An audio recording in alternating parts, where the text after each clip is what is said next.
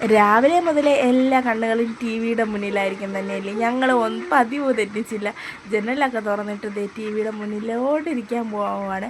കാപ്പി ഇപ്പോൾ എൻ്റെ നാത്തൂനാണ് രാവിലെ ഉണ്ടാക്കുന്നത്. രാവിലത്തെ അടുക്കള ഭരണം മുഴുവൻ ഇപ്പോൾ അവളെ കയ്യിലാണ്. അപ്പം ഞാൻ ജനലൊക്കെ തുറന്നിട്ട് വന്ന് കാപ്പി കുടിക്കാൻ വേണ്ടിയിട്ട് ഇരിക്കുവാണ്. കാപ്പി ദോശയും ഇന്നലത്തെ വെജിറ്റബിൾ കുറുമയാണ്. റംസാന് കാപ്പിയൊക്കെ കൊടുത്ത് റംസാനെ പള്ളിയിലോട്ട് പറഞ്ഞു വിട്ട് റിദാനും കൊടുത്തിട്ട് ഞങ്ങളിതേ കഴിക്കാൻ വേണ്ടിയിട്ടിരുന്നു.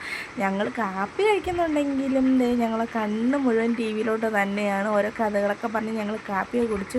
ഇതിൻ്റെ ഇടയിൽ റിദാൻകുട്ട ചെറിയൊരു പണി ഒപ്പിച്ചു. ഒരു ചെറിയൊരു കമ്പ് അതെടുത്ത് വെച്ച് കളിച്ചു. അതൊന്ന് ചെറുതായിട്ട് വലിഞ്ഞ് കയ്യിൻ്റെ കുറച്ച് തൊലി ഭാഗം പോയിട്ടുണ്ടായിരുന്നു. പിന്നെ ഞങ്ങൾ ഹോസ്പിറ്റലിൽ കൊണ്ടുപോയി. ഇക്കയില്ലായിരുന്നു, ഞാൻ നിന്ന് വേഷത്തിൽ വലിച്ചെടുത്തുകൊണ്ട് പോയി.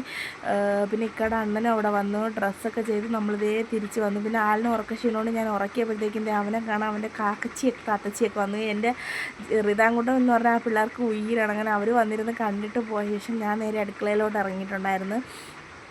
ഞാൻ വരുമ്പോഴത്തേക്കും എൻ്റെ നാത്തൂൻ വെണ്ടയ്ക്ക വിഴുക്കൊക്കെ ഉണ്ടാക്കി. പിന്നെ മീൻ കറി വെക്കാനുള്ള മൂടൊന്നും ഇല്ല. നമുക്ക് ഈ ടി വിയിലെ ഇലക്ഷൻ്റെ റിസൾട്ട് നോക്കണം, അടുക്കളയിൽ ഇങ്ങനെ നിൽക്കാനും പറ്റത്തില്ലല്ലോ. പക്ഷേ കൂടെ എൻ്റെ റംസാൻ വന്ന് പറയും, ഉമ്മ ഒരാൾ ജയിച്ചുമ്മ ഒരാൾ തോറ്റുമ്പോൾ എന്ന് വെച്ചാൽ അതിൽ പറയണത് വന്ന് ഇങ്ങനെ പറഞ്ഞു തരും.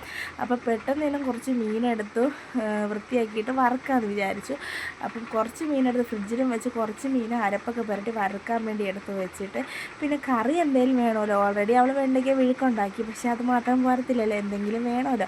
അപ്പം കുറച്ച് വെള്ളക്കറി ഒഴിച്ചുകറി വെക്കാമെന്ന് വിചാരിച്ച് കുറച്ച് വെള്ളരിക്ക എടുത്ത് അരിഞ്ഞ് വേവാൻ വെച്ച്. ഇതിൻ്റെ ഇടയിൽ ഒരു പുറത്തിച്ചക്കയൊക്കെ അരിഞ്ഞിട്ട് കഴിക്കാൻ വേണ്ടിയിട്ടിരിക്കുകയാണ്. കഴിക്കുന്നുണ്ടെങ്കിൽ നോട്ടം മുഴുവൻ ടി വി തന്നെയാണ്. നമുക്കാണ് ഒരേ ടെൻഷൻ. അപ്പം ഇങ്ങനെ ഓരോന്നും കൂടിയും കുറഞ്ഞൊക്കെ വരുമ്പോഴത്തേക്കും നമുക്ക് സ്വാഭാവികമായിട്ടും നമ്മളേത് പാർട്ടിയാണ് അനുകൂലിക്കുന്നത് ആ ഒരു ഇത് വരുമ്പോൾ നമുക്കൊരിതൊക്കെ ഉണ്ടാവുമല്ലോ. അങ്ങനെ കുറച്ച് നേരം അതൊക്കെ കണ്ടിട്ട് വീണ്ടും വന്ന് വെള്ളക്കറിയൊക്കെ ഉണ്ടാക്കി കടുക് താളിച്ചൊഴിച്ചു. പിന്നെ അപ്പം തന്നെ മീനും കൂടെ വറുക്കാൻ വേണ്ടിയിട്ടിട്ടുണ്ടായിരുന്നു. വീണ്ടും കയറി വന്ന് വീണ്ടും ഉണ്ണിയപ്പം കഴിക്കുകയാണ്. ഇന്നും ഫുള്ള് തീറ്റയായിരുന്നു. പിള്ളേരാണെങ്കിൽ ഇരുന്ന് മടുത്ത് കിടക്കാൻ കട്ടിലൊക്കെ കൊണ്ടുവച്ചാണ് കാണുന്നത്.